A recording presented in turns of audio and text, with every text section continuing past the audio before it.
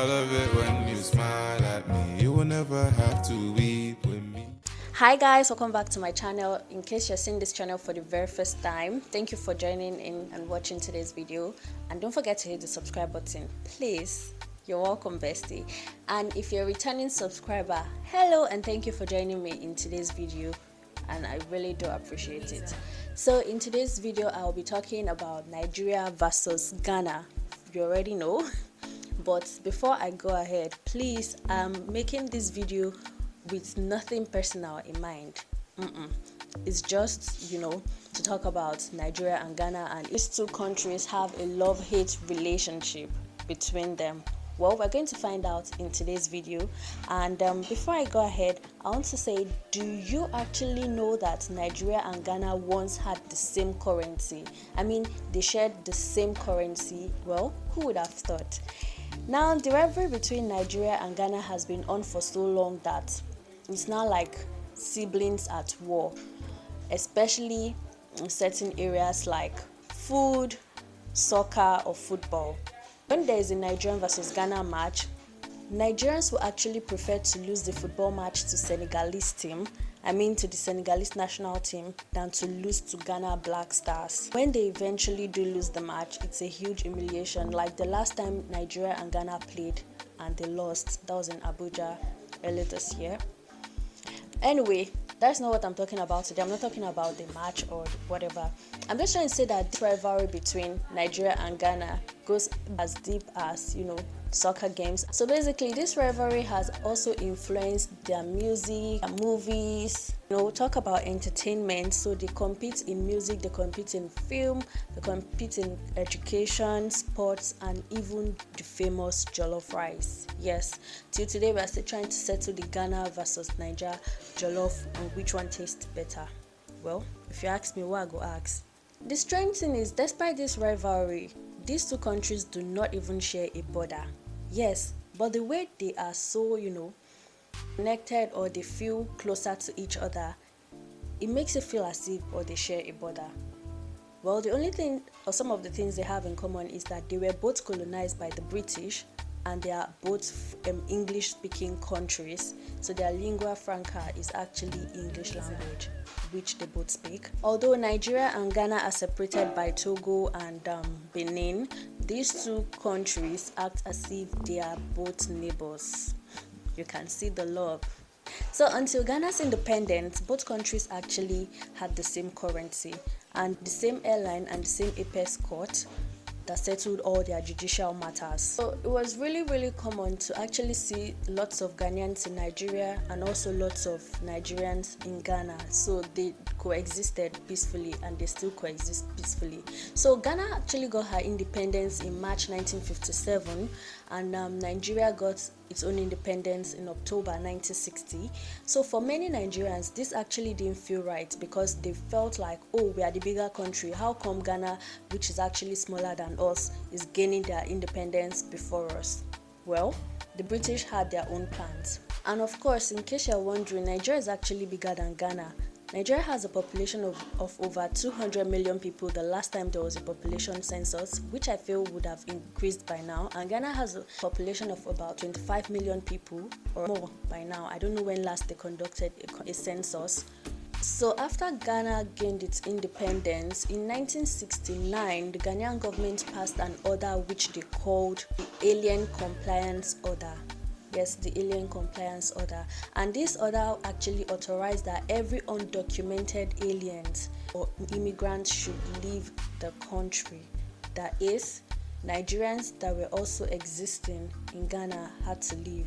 And when this law was when this order was actually passed, most Nigerians felt like it was actually because of them that this order was being passed, because there were so many Nigerians, and even though there were Togolese people, there were Ivorians and other West Africans in the country, Nigerians actually felt that this order was made, or this law was made, because of them, and it was targeted at them. So Nigerians left and they left Ghana and they went back to Nigeria. But Nigerians would not really forget this in a long time. Around 1958, Nigeria discovered oil. There was the oil boom, and then the economy was actually starting to look, beautiful. Oh, sorry, before this, Nigerians left Ghana and they went back to their own country.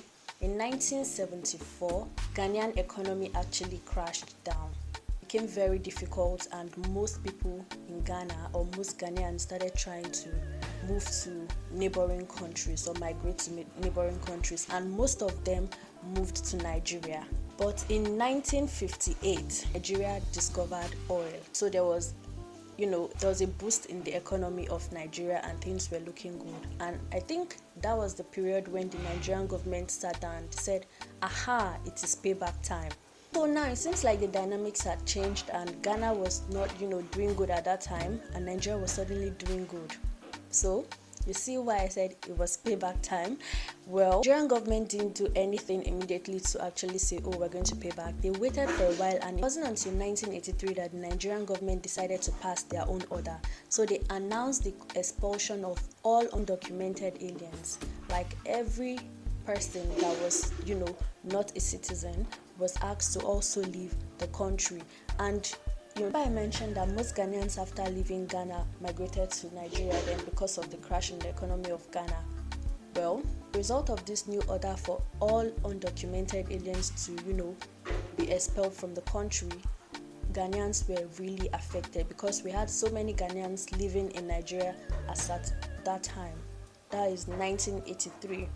And if you remember, during this period, we had Ghanaian teachers in Nigeria. I wasn't born then, but for people that were born there, they can remember having Ghanaian teachers or even having Ghanaian gardeners or whatever. There were so many Ghanaians around trying to, make decent living in Nigeria, and so they were really affected. And even to date, I think some of them who experienced this expulsion would actually tell you or confirm that even Nigeria and having to move back to Ghana was actually a lot of stress for them, and it affected them because most of them already had houses, had their resources, they had properties, and as they had to leave, they would probably have to sell most of these properties at very ridiculous prices so as to be able to leave. And it was during this time that the name Ghana Must Go actually came into being, because the bags that the Ghanaians used in packing their loads while they were going back to Ghana was this small sack bags. I think a Ghana Must Go bag. So they were using bags like that. So the bag was called a Ghana Must Go bag. That is where the name Ghana Must Go actually originated from. This exercise of actually expelling Ghanaians from Nigeria would later become known unofficially as Ghana Must Go. I mentioned, if you ask many Ghanaians that experienced this back then, they'll tell you it was such an unpleasant feeling for them back then. So most of them took what they could afford to take. They couldn't take all of their properties, and whatever was left, they just left it or sold it at very ridiculous prices. In 1975, ECOWAS was formed, and as the two major English-speaking countries in the group, Ghana and Nigeria actually knew that they needed each other to make things work, despite all of the, jagidi jargon from the past. That is, all of their differences from the past. Gradually, both countries actually went back to building a once broken relationship because, you can't keep malice forever. That is why we still have, Ghanaians and Nigerians, cohabitating, or Ghanaians and Nigerians marrying each other and living peacefully. If you're in Nigeria, you know that Ghana is actually a favorite destination for most Nigerians. Problem, you just feel like, oh, you can go to that country and you feel safe and you feel like you are, in your brother's, country. Likewise, Ghanaians can also actually easily travel from their country to Nigeria to, do business, have fun, and still come back.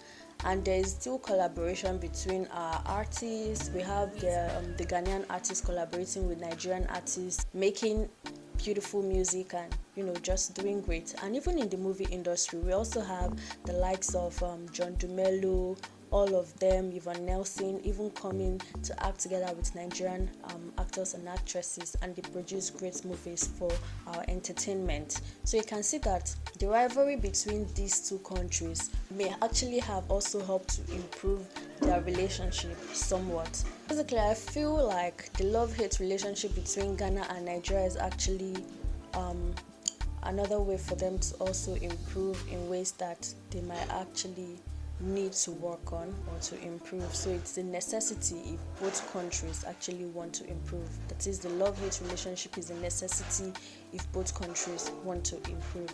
And for people who say that Ghanaians hate Nigerians or Nigerians hate Ghanaians, I'm actually a Nigerian, and I feel like the average Nigerian does not hate a Ghanaian. Actually, Nigerians are friendly people. We are accommodating, we are respectful. In fact, we share similar culture, like in the aspect of respecting elders, not using the left hand to give something to someone because it's considered disrespectful. And our food, we have similar food. They have Hausa in Ghana. We also have Hausa people in Nigeria. So there are so many similarities between these two countries for us to even say we hate each other.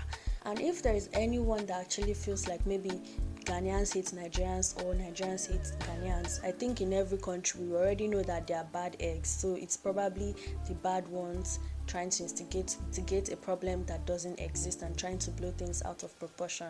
Every country has its own bad eggs, and I don't think that the average Nigerian or the average Ghanaian hates a Nigerian, or the average Nigerian hates a Ghanaian. There is love between these two people. They are intermarrying. The artists come together to do music, they host shows together, they act movies together, they do so many things together. When it comes to the popular issue of which jollof rice tastes better, I think either of the country is not ready to make a compromise about whose jollof actually tastes better. If I say my own opinion right now, it's going to be as if I'm biased, or to look as if I'm biased, but I feel like, in fact, I don't have to answer which jollof tastes better because it's going to cause another wahala. So if you ask me which country's jollof tastes better, who I go ask? Aside from doing music together, acting movies together in the entertainment industry, the two countries are actually trading partners. Lagos is the commercial center of Nigeria, and you can find different businessmen from wherever in the world coming to transact business and all of that, and it is just 40 minutes away from Accra by air. There are so many things that Nigerians and Ghanaians actually have in common, or Nigeria and Ghana has in common, and whatever is happening between them can just be labeled as sibling rivalry. It's nothing personal, it's nothing serious. It's not as if the next day we're going to wake up and start fighting each other. No. And if we're being honest, most Ghanaians would actually tell you that when they're outside the country, they feel closer to Nigerians.